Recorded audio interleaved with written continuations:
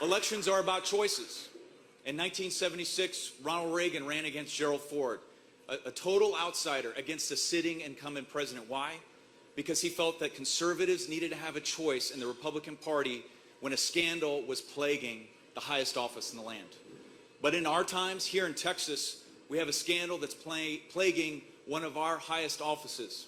And I believe conservatives should have a choice in the Republican primary.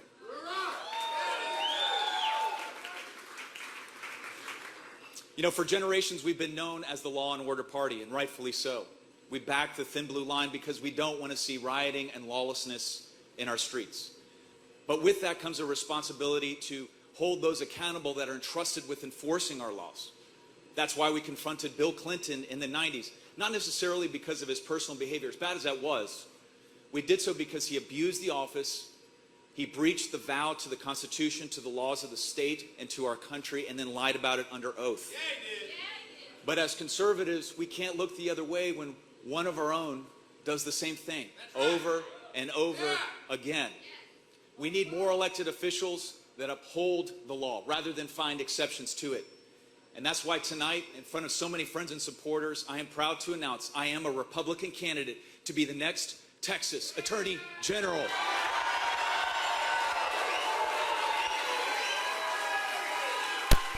We got some banners up there. Oh, we're missing a banner right there.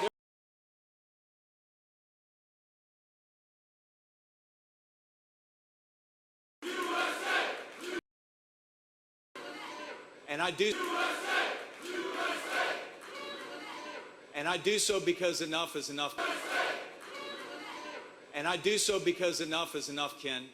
You brought way too much scandal and too little integrity to this office. As a career politician for 20 years, it's time for you to go. We need an attorney general that's above reproach, not under criminal indictment for securities fraud and under FBI investigation for bribery and corruption. We need an attorney general stacking up mugshots of hardened criminals and gangs and networks in our state, not an attorney general that's stacking up mugshots of himself. But I want to be clear. I'm not running against one man. I'm running for a set of ideas, ideas that bring us together tonight. Ideas like a government happy to give you anything you want is probably a government more than happy to take away everything you have. That it's okay to live out our faith in the public square, that we shouldn't apologize for the exceptionalism of our country, and that woke culture and critical race theory is damaging future generations, and we won't take it.